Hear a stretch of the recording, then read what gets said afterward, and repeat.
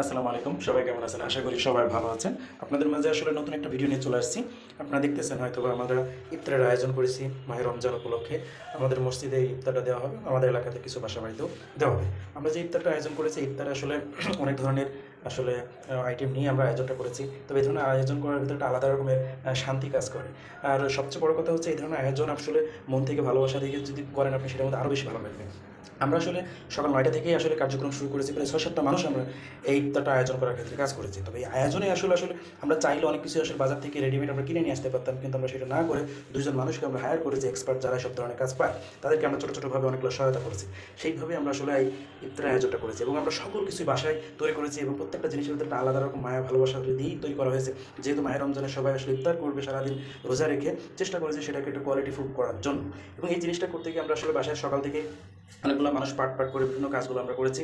আমরা উঠানের ভিতরে বাড়ির মাঝখানে একটা চুলা করছি, আরও সাইডে দুটো চুলা আছে, বিভিন্ন রকম জিনিস তৈরি করা, চপ, বেগুনি, সিঙ্গারা, আরও ছোটোখাটো অনেক বিষয়। তো সর্বোপরি এটা বলতে হবে, আমরা যে ইফতারটা আয়োজন করেছি, ইফতার আয়োজন করে অনেক মানুষই আমাদের আশপাশে যে আত্মীয় স্বজন পাড়া প্রতিবেশী আছে তারাও আসছিল।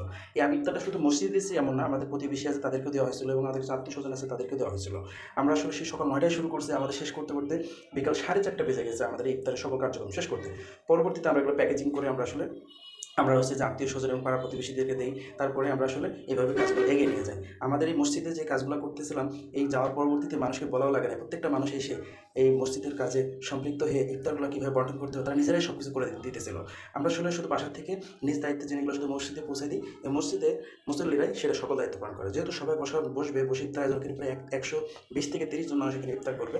আমরা আসলে মসজিদে যে ফাঁকা জায়গাটা আছে সেখানে সবার একটা বসার ব্যবস্থা আছে, আমরা সেই জিনিসটা তৈরি করে যাই। মসজিদের আগের থেকে থালাবাটি আছে সেগুলো পরিষ্কার করে রাখা হয়। সবাই মিলে এই ইফতারের আয়োজনটা আসলে আমরা সম্পৃক্ত হয়ে সবাইকে সুন্দরভাবে দেওয়ার চেষ্টা করেছি। তো সবাই আসলে দোয়া করবেন যেন আমরা যে উদ্দেশ্যে ইফতারটা খাওয়া সে উদ্দেশ্য যেন হাসিল করতে পারি। তবে এই ধরনের কাজে একটা অন্যরকম আনন্দ এবং ভালোবাসা কাজ করে।